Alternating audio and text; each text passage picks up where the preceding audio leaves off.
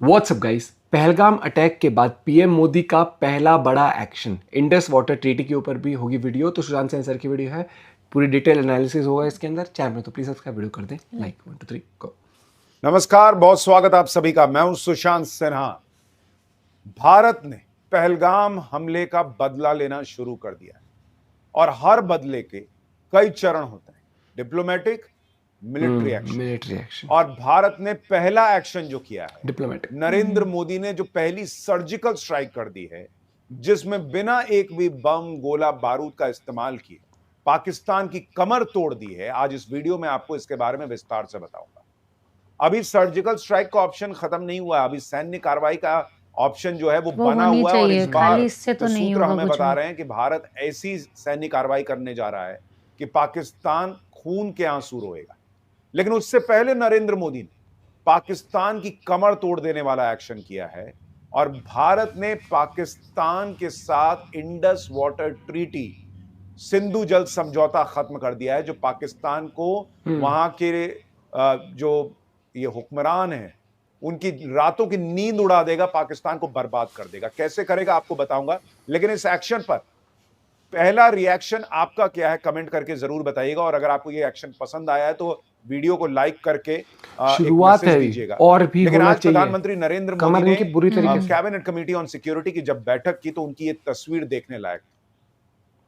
उनके चेहरे पर गुस्सा साफ दिख रहा था, उनके चेहरे पर एक दृढ़ निश्चय दिख रहा था कि इस बार तो पाकिस्तान को छोड़ूंगा। ये बोला है और मिलिट्री एक्शन जो होगा आने वाले दिनों में जरूर होगा, उसके पहले डिप्लोमेटिक लेवल पर इतना बड़ा एक्शन वो ले लेंगे, ये किसी ने सोचा नहीं था। जो भारत का कोई प्रधानमंत्री 1960 से अब तक नहीं कर पाया, वो प्रधानमंत्री मोदी ने किया है। और पाकिस्तान पर इसका इंपैक्ट आप सुनेंगे तो आप कहेंगे कि बॉस ये तो गजब एक्शन हुआ है। ये उस सीसीएस मीटिंग की तस्वीर है जिसमें अमित शाह, राजनाथ सिंह, एस जयशंकर, अजीत डोभाल सब मौजूद थे और उसमें 5 बड़े फैसले हुए सरकार ने लिए। पहला, पाकिस्तान के साथ 1960 की सिंधु जल संधि को तत्काल प्रभाव से स्थगित कर दिया। ये ऐसा फैसला है बॉस, आप अंदाजा नहीं लगा सकते कि पाकिस्तान के बड़े बड़े लोगों को आज रात नींद नहीं आई। पाकिस्तान इसके लिए तैयार नहीं था, पाकिस्तान इस डिप्लोमेटिक सर्जिकल स्ट्राइक के लिए तैयार नहीं था जो आज नरेंद्र मोदी ने कर दिया। दूसरा फैसला, अटारी एकीकृत चेक पोस्ट को तत्काल प्रभाव से बंद कर दिया कि बॉस ये दोस्ती यारी छोड़ो, खत्म करो अपना मामला, उधर रहो तुम, इधर रहे हम। तीसरा फैसला कि पाकिस्तान के नागरिकों को जो सार्क वीजा छूट योजना थी उसको बंद कर दिया। 48 घंटे के अंदर सबको कहा है कि बोरिया बिस्तरा समेटो और निकलो यहां से, जाओ अपने देश में रहो, यहां रहने की जरूरत नहीं। तो पाकिस्तानियों को कहा है कि भारत में तुम्हारे लिए कोई जगह नहीं। चौथा बड़ा फैसला कि जो नई दिल्ली में पाकिस्तानी उच्चायोग में रक्षा, सैन्य, 7 दिन भी क्यों दिए इन्हें, सलाहकार हैं और अवांछित व्यक्ति हैं, उनको कहा गया है कि 7 दिन के अंदर भारत 48 घंटे में छोड़ो और निकलो यहां से, वरना लपेटे में आओगे। सीधा सीधा बोलना था। इस्लामाबाद स्थित भारतीय उच्चायोग से अपने रक्षा, नौसेना और वायुसेना सलाहकारों को वापस बुलाएगा। यानी नरेंद्र मोदी ने इस बार क्लियर कट तस्वीर पेश कर दी है कि भारत पाकिस्तान के साथ कोई डिप्लोमेटिक रिश्ते नहीं रखना चाहता, उनका कट ऑफ। लेकिन इन सारे फैसलों में सबसे महत्वपूर्ण है सिंधु जल समझौता का रद्द होना। क्योंकि पाकिस्तान के लिए, मतलब पाकिस्तान के लोग पानी के लिए तरसेंगे, पाकिस्तान के किसान पानी के लिए तरसेंगे, पाकिस्तान के लोग खाने के लिए तरसेंगे, पाकिस्तान में बिजली का अभाव हो जाएगा। जो पाकिस्तान आज डर के मारे ब्लैकआउट किए बैठा है कि कहीं एयरफोर्स, भारतीय एयरफोर्स स्ट्राइक ना कर दे, वहां अंधेरा हो ही जाएगा क्योंकि बिजली नहीं होगी, ऐसी हालत हो जाएगी। और इसलिए आज आपको इसका इंपैक्ट समझाऊंगा, ये सिंधु जल समझौता क्या कर सकता है, कैसे नेहरू की वजह से भारत इसको झेल रहा था वो भी बताऊंगा। लेकिन जरा पहले आप ये देखिए कि पाकिस्तान में आग लग चुकी है। इसने जो इशक डर है, जो डिप्टी प्राइम मिनिस्टर हैं पाकिस्तान के, उन्होंने कहा है कि शहबाज शरीफ, पाकिस्तान के प्राइम मिनिस्टर ने कल सुबह नेशनल सिक्योरिटी कमेटी की एक बैठक बुलाई है 24 अप्रैल 2025 को, और भारत ने जो फैसला लिया है उस पर चर्चा करेंगे। यानी भारत को क्या फर्क पड़ रहा है? कतई उम्मीद नहीं थी कि मोदी जो है वो सिंधु जल समझौता जो है वो खत्म। तो ये क्या सोच रहे थे तुम, ये आतंकवादी भेजोगे इनकी आरती उतरेगी? चौधरी फवाद हुसैन, दिन में ये आदमी पूर्व मंत्री रहा है पाकिस्तान में, बहुत बड़बोला है। वो दिन में कह रहा था कि भाई हमने चूड़ियां नहीं पहनी, अब वो रोना रो रहा है कि बहुत बहुत भारत ने गलत कर दिया है, ये जो है ग्रॉस वायलेशन है ट्रीटी लॉ का, और ये बच्चों जैसा कदम है। पंजाब और सिंध के गरीब किसान बोल मर नहीं जाएंगे। सकती, मन तो पैर वो में खुद बता रहा है चप्पल कि है। पंजाब और सिंध जो पाकिस्तान में है वहां के किसान मर जाएंगे। अस्मा शिराजी जिसने अभी रक्षा मंत्री का वहां पर इंटरव्यू किया था, प्राइम मिनिस्टर का, माफ कीजिएगा, वो पत्रकार कह रही कि India's decision to suspend the Indus water treaty, this news has announced India's water aggression which was unexpected. यानी वो भी मान रहे कि पाकिस्तान को इसकी उम्मीद नहीं थी कि भारत ऐसा करेगा। Pakistan is suffering from water shortage and this issue is currently the cause of Pakistan भीख division मांग among the के भी provinces. आतंकवादी Does पैदा India करवा want to रहा take है। advantage of this attack and deepen the division? यानी पाकिस्तान के लोग ही कह रहे हैं कि पाकिस्तान में पानी के लिए ऑलरेडी लड़ाई मची हुई है और भारत पानी रोक देगा तो भाई पाकिस्तान टूट जाएगा, ऐसी स्थिति हो सकती है। तो ये पाकिस्तान की चिंता है कि नरेंद्र मोदी ने बैठे बैठे जो पहला एक्शन लिया है, ना गोली चली, ना बंदूक उठी, ना कोई बम हुआ, जो आगे होना है हालांकि, लेकिन उसके पहले ही डिप्लोमेटिक सर्जिकल स्ट्राइक में पाकिस्तान को खून के आंसू रुला दिया। लेकिन ये इतना इंपॉर्टेंट क्यों है सिंधु जल समझौता और उसका रद्द होना क्या मायने रखता है, जरा इसको समझिए। ये सिंधु जल समझौता जो है, इंडस वाटर ट्रीटी, ये 1960 में हुआ और वो भी नेहरू जी के मेहरबानी से हो गया, वरना होता नहीं। तब तक पाकिस्तान को थोड़ा बहुत पानी जा रहा था कि भाई चलो तुम भी ले लो, लेकिन नेहरू जी की कृपा से वर्ल्ड बैंक की एंट्री होती है, वो लोग मध्यस्थता करते हैं और एक इंडस वाटर ट्रीटी जो है वो तय होती है, जिसमें सिंधु नदी और उसकी सहायक नदियों के पानी के उपयोग को लेकर दोनों देशों के बीच जो है वो एक गाइडलाइंस तय की जाती हैं, वर्ल्ड बैंक करता है। इसमें जो सिंधु नदी की 6 नदियों को 2 भागों में बांटा गया है।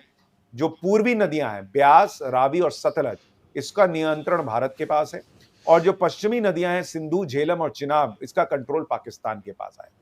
लेकिन फिर भी भारत के पास बहुत कुछ रहा और भारत ने जो आज फैसला लिया उसका इंपैक्ट क्या हो सकता है आपको ये समझाता हूं।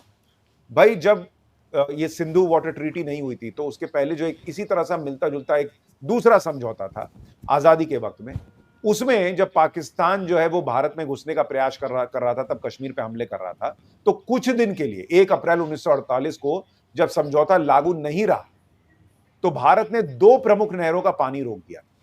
सिर्फ 2 प्रमुख नहरों का पानी 1948 में भारत ने रोका था और पाकिस्तान की पंजाब जो है वहां पर 17 लाख एकड़ की जमीन की हालत खराब हो गई। ये हालत हो गई थी सिर्फ 2 प्रमुख नहरों का पानी रोकने से। पाकिस्तान का जो पंजाब प्रांत है वो बाप बाप करने लगा।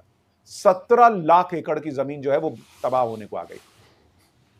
इसके अलावा जो भारत के जो विद्युत परियोजनाएं हैं, पाकल, रातले, किशनगंगा, मियार, लोअर कलनाई, इसको लेके पाकिस्तान ऑलरेडी रोता रहता है कि भारत जो है वो हमको बर्बाद करके छोड़ेगा। महबूबा मुफ्ती जब कश्मीर की मुख्यमंत्री थी तो कहती थी कि भाई ये सिंधु जल समझौता जो है इससे 20,000 करोड़ का नुकसान हो रहा है कश्मीर को, केंद्र को कुछ करना चाहिए, तो इससे कश्मीर का फायदा होगा, सो अलग। तीसरी बड़ी बात, जो तारबेला डैम है वो पाकिस्तान की 16% बिजली जो है वो पैदा करता है और इस 16% बिजली के लिए पानी ही नहीं रह जाएगा अगर भारत इस संधि को रद्द कर दे जैसा कर चुका है बैकआउट, तो पाकिस्तान में बिजली के लिए हाहाकार मच जाएगा। और ऐसे कई प्रोजेक्ट हैं जो कि पाकिस्तान में जिन पर काम चल रहा है, जो डैम्स बन रहे हैं, वो सारे के सारे प्रभावित हो जाएंगे। तो पाकिस्तान में एक तो कृषि लायक जमीन नहीं बचेगी, पाकिस्तान में खेती बर्बाद तहस नहस हो जाएगी, पीने के पानी का संकट पैदा हो जाएगा आज प्रधानमंत्री मोदी ने जो फैसला लिया है उसके बाद। दूसरी बड़ी चीज कि जो विद्युत परियोजनाएं वो प्रभावित हो जाएंगी, पाकिस्तान के अंदर बिजली का संकट पैदा हो जाएगा, वहां लोग हाहाकार मचा रहे होंगे इस वक्त।